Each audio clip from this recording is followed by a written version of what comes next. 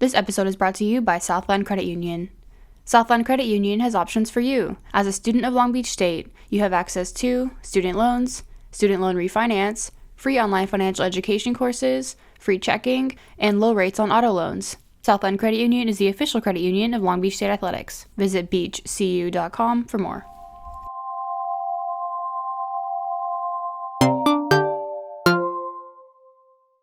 Welcome back to Beach Weekly, a podcast created and produced by Long Beach State's student-run newspaper, the Daily 49er.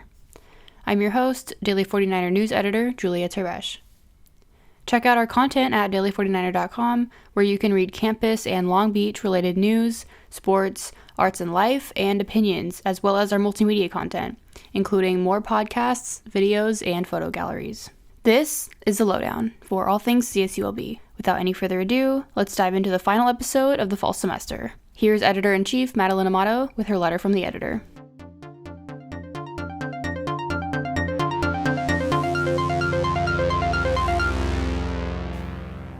To our community, thank you. In the words of so many others, these unprecedented times have been tumultuous, to say the least. We here at the Daily 49er have had the pleasure of continuing to serve as your news source for all things Long Beach State and look forward to another semester from afar, yet again. From overcoming barriers in communication to having meaningful conversations on how to best represent our campus community, the team here at the 49er has learned a lot and still has a long way to go.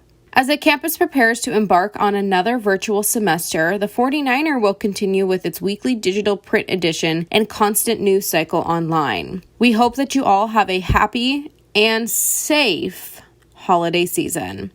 For now, we're logging off. As coronavirus cases continue to rise in the state, Southern California has been placed under a regional lockdown beginning Sunday, December 6th, in line with Governor Gavin Newsom's stay-at-home order restricting non-essential activity.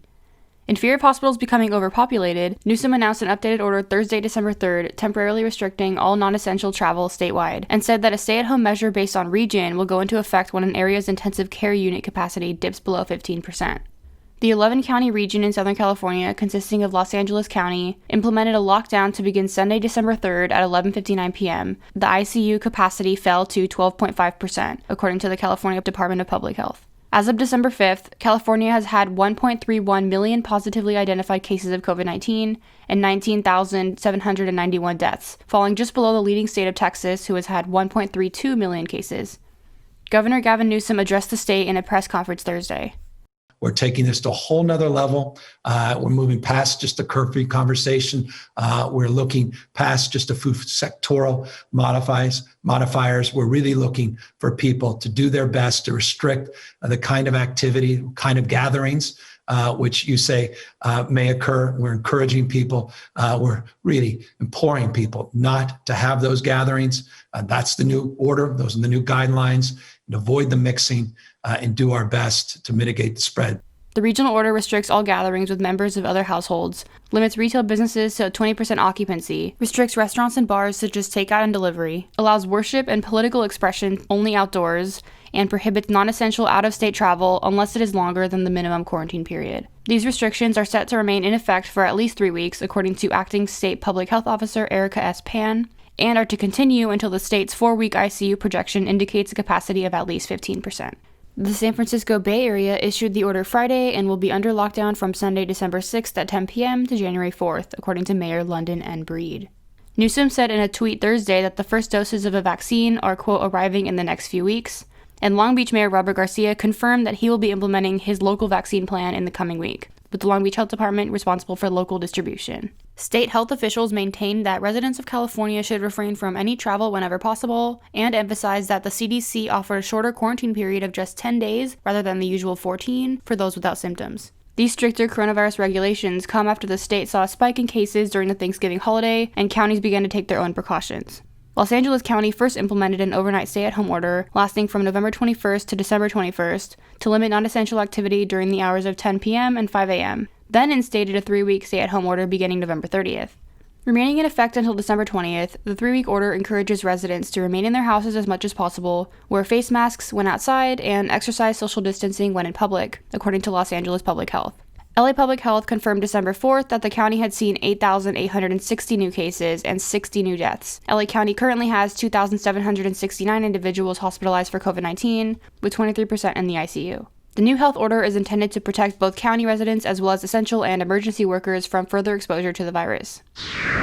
Campus officials announced via email Friday that Long Beach State will hold a hybrid commencement ceremony during the days of May 18th through 21st. The ceremony is set to feature a contactless vehicle parade, virtual presentations, and will allow students from the classes of 2020 and 2021 to hear their names read aloud and see their names displayed across a jumbo screen, according to the email. Graduates of the classes of 2020 and 2021 are being asked to register in March to reserve a 30-minute window that will be based on their graduation year and college. Details of the plans must be approved by local public health officials and will be released to students by the end of January. Speeches and other recognitions will be available online on the university's commencement website. According to Jeff Cook, Associate Vice President of Strategic Communications, CSULB administration came to this decision based on conversations over the past few weeks and data collected from student surveys in the spring, in light of what officials anticipate will be the prevailing public health protocols in May.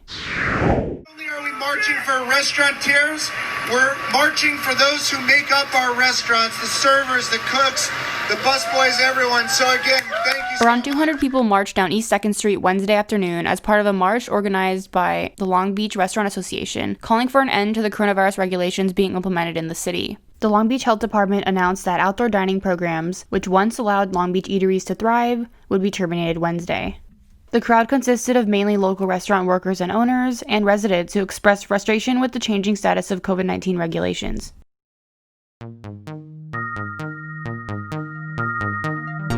Well, that wraps things up for this episode and this season of Beach Weekly. Thanks again to Southline Credit Union for sponsoring this episode. Once again, Southline Credit Union has options for you. As a student of Long Beach State, you have access to student loans, student loan refinance, free online financial education courses, free checking, and low rates on auto loans. Southline Credit Union is the official credit union of Long Beach State Athletics. Visit beachcu.com for more. Be sure to check out our latest issue at daily49er.com. Thanks for sticking with us this fall, and join us again in the spring for new episodes of Beach Weekly. I've been your host, Julia. Have a great winter break and holiday season, and see you in January.